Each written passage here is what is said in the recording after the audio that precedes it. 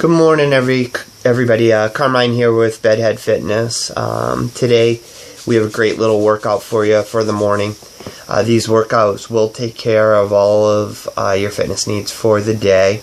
It's just you need to approach it in a certain fashion, and that fashion is that depending on how far along you are in your fitness journey and how long it's been since you started working out, you need to struggle and fight to make these workouts last 20 minutes with moderate to high intensity. Now that just means it's challenging. That would be the simplest way I would measure intensity. It has to be challenging for you. It has to be a little bit difficult. You have to be saying to yourself, geez, I'd rather not be doing this. If you're not sending that message to yourself, then the intensity is probably a little bit too low. So initially start at 15 to 20 minutes, and then hopefully you'll be moving to much higher intensities, and then 40 to 50 minutes is really more than sufficient. You do that by taking the 3 exercises that I tie together for you. You use those 3 exercises in the sequence that I give them to you. And then from that point, what you're going to do is just repeat that circuit. Now, since you're going to be repeating the circuit several times in order to hit a time limit, one that you sort of ascertain before you start the workout, it may give you an opportunity to try several modifications on certain exercises. I have an extraordinarily high fitness level. That's not bragging, but for a 48-year-old man, I'm very highly fit. I'm competitively fit with most guys who are maybe half my age. So that's not the expectation for you. It all depends on your starting point. You may be more fit than me, or you may be early in your fitness journey, and you may be deconditioned, and you may be waking up all of these systems that your body needs in order to carry out your daily activities with comfort. So if you are able to fight your way through these workouts, I can promise you 3 different things. Is first, you will feel better. Second, you will look better. And third, you will weigh less or have a better body composition. Whichever goal it is. There are some people who are very thin and need to add lean body mass, so I don't assume that everybody is in a weight loss mode. It's just that a higher percentage of my clients are, so I come from that direction quite often. So our first movement within a smart circuit is always going to be a compound movement involving many joints. Today is a little bit of it's a full body workout with a posterior focus, meaning we're working on the back of the body a little bit. So that's going to include the hamstrings and lower back significantly. And it will also include the lumbar spine and the upper back, which is going to be crucial to your posture. Most people have an anterior to posterior imbalance, meaning if they're not in a balanced strength training program or one that's been devised by a professional or imitated from someone who understands smart strength and conditioning, it means they use the muscles in the front of their body much more frequently than muscles of the back of the body. And what happens with that is, for the normal person, where initially their shoulders are here, what happens is the muscles draw us forward, and a lack of flexibility and a lack of strength in the back makes it difficult to be here. Adding being over a typewriter or a desk all day, and you have a problem. You have the start of a posture problem. So the first movement we're going to be doing is going to be multi-joint. It's not going to be extremely high intensity, although it will involve a lot of muscle groups, and involving a lot of muscle groups will mean that a lot of blood oxygen is demanded, so it will elevate the heart rate. The second motion should be the most challenging within the sequence. However, it will have the most modifications. I am going to be doing a push-up into a heel and wrist lift, which is extremely challenging, but I'm going to give you some plank variations that are simple, much more simple that also serve the purpose so that you have a starting point if you're earlier in your fitness journey. And for our third exercise, what we'll be doing is from a 4-point position, a heel and wrist lift into a crunch. So that third exercise, which follows the exercise of the highest intensity, is going to isolate either smaller muscle groups, yet important stabilizing muscle groups, or focus on the core. In today's case, it is focusing on the core. The tool that I have been using, and I think I'm going to switch over to a band because we've been using this for a little while, is this 10-pound hybrid kettlebell. This is, in the first movement, I'm going to place this behind my back on my trapezius. And it's going to involve me taking my elbows behind my head, almost like I just got arrested, which is in the news a lot these days. But for me, I haven't been arrested in a while, fortunately. But a lot of people just find this position difficult. So if you're not able to take your elbows back in this fashion, you're going to probably have to cross your hands in front of your chest. And you could do that holding the resistance or work without resistance initially. So let's get into the first movement. So from a wide open stance here, I'm going to take my resistance back where I said. I'm going to hinge at the waist, fold, lengthen my hamstrings, not bend my legs, and then I'm going to come up to full posture, shoulder over hips. So folding at the waist, keeping my lower back engaged, keeping my chest high, and I'm always looking straight ahead as if I'm bowing with someone. If I look towards the ground, I'll compromise my posture. So right now we're working the lower back and the hamstrings. I'm working flexibility in the pecs and the anterior delt. And we also want to look at it from a sideways position so you can see the back position necessary. And I can't go further than this. The only way I can get deeper is to break posture or bend the legs and disengage the hamstring. So as I come down, if you take a look at my lower back, it is flat and it still maintains its recurve. So that's our first exercise. You could do that for 20 repetitions, 10 repetitions, whatever feels fatiguing to you. The next motion I'm going to work with is going to be from a high plank position, so a push-up position for me. Now the plank position, I'm hoping that you guys have been participating in these a while. A plank position is just a straight body position. From the elbows sometimes, shoulders are directly over the elbows, and then there's a straight line from the hip to the ankle and you're on your toes in a straight body position. In your high plank, it's exactly the same thing. Glutes are engaged, straight body, but your hands are under your shoulders. You're all the way up in a push-up position.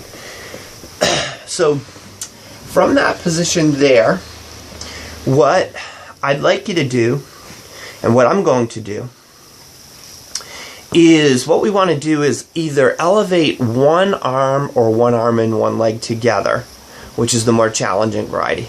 But initially, it may just be elevating one foot.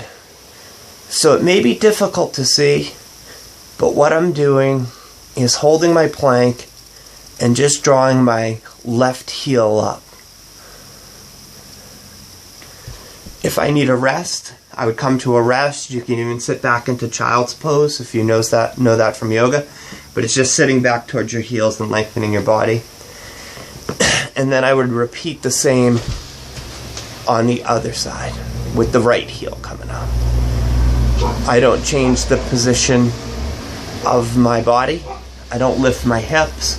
I don't dip at the waist. I'm still straight all the way through as I lift that heel.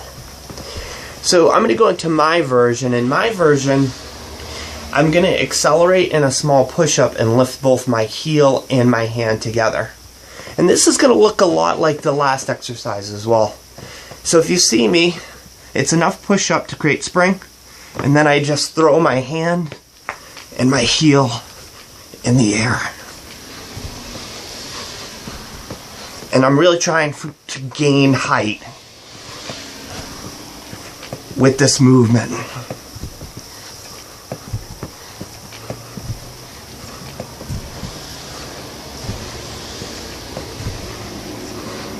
And again, although it's very challenging, I'm trying to maintain that same good form.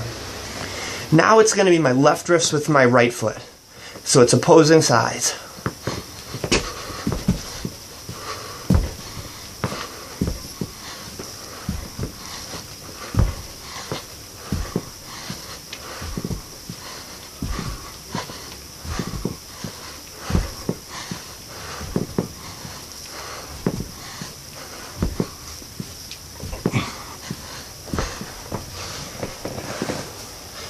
So even for me, and I've been doing this for a long time, 15 a side takes me to a really high heart rate.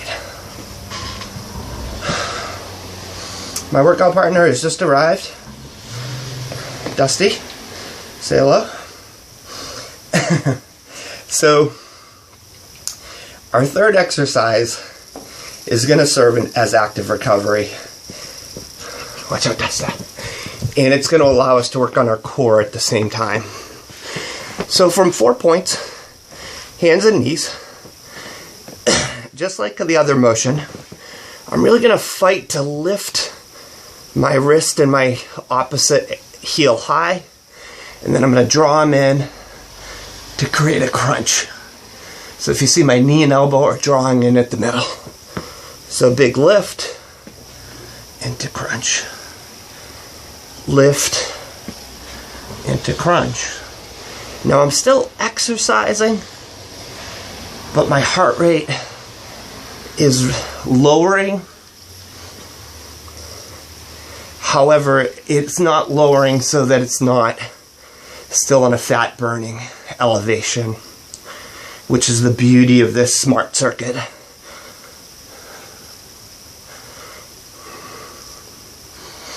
So you would do that as many times as you feel challenges you, and then you'll repeat the same. Dusty, you gotta stay. Sit, buddy. Sit. Sit. Sit. So the same happens. Now my left wrist is stepping up with my right heel. Excuse the doodle. Oops, I was doing that wrong. Let the dog confuse me. So remember, draw the elbow and the knee into the crunch, and then press them up. So right now, engaging my lumbar spine, my lower back, and right now, contracting my abs. Lengthen waist, contract back, lengthen back, contract waist. Vice versa.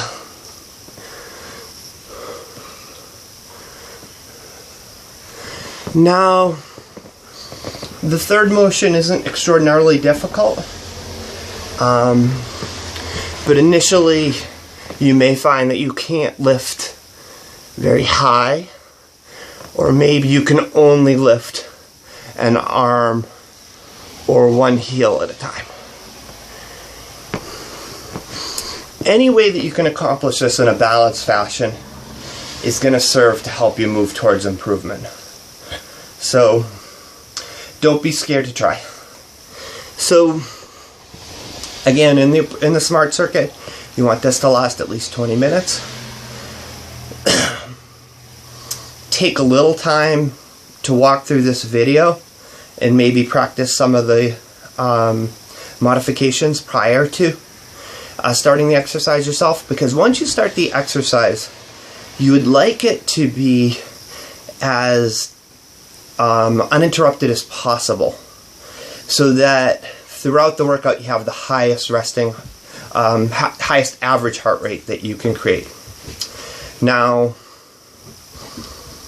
a good way of measuring your heart rate without using a heart rate watch would be, there should be parts of this workout where you feel like, in almost all parts of the workout, you should feel like if you were talking to someone, you should notice the breathing.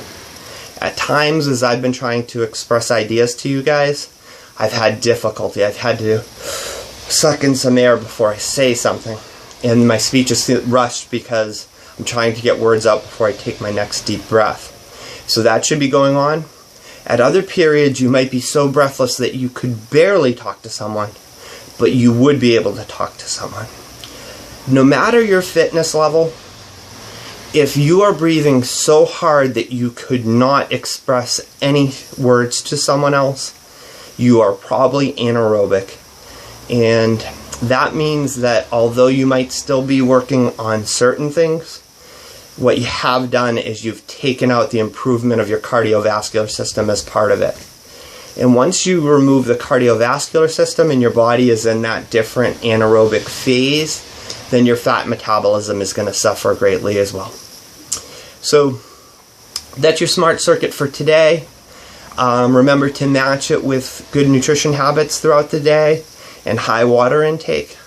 Please, in order to support this video series, if you are using these to help you, I know it's just me and you in my den, but it is a good way to take care of a home workout if you're not working out at a facility or you're just getting started. And it's extraordinarily effective in terms of building any type of fitness you'd like to. This type of exercise has taken clients from me, although I have a studio where I train clients as well, into mini triathlons and 10Ks and that sort of those sort of activities, if that was the direction that they were going with their goals. And it's also got them into the bathing suit they wanted to wear, or a sport coat that in a size that they hadn't worn in 10 years. So please, don't give up. Keep fighting for your results. It's just continual repeated habits. For this style of workout, it needs to happen almost daily, and that's the reason that I approach it every day, early in the morning, before the rest of my day starts and things get complicated. Okay, I'm terrible with long goodbyes, so this is goodbye. Please make sure to support the video series so that I can continue making these for you guys. Hit the like button. Please send as many comments and questions as you can in my direction so I can clarify things for you. I know that in this single camera fashion, I can't give you the best look at form instruction as possible. So I want to clarify those things for you verbally if I can. And as time goes on, if you are supporting the channel, I will seek to give you much better views and angles on all the exercises that we're approaching. So great job for today, and have a fantastic fitness day from Bedhead Fitness.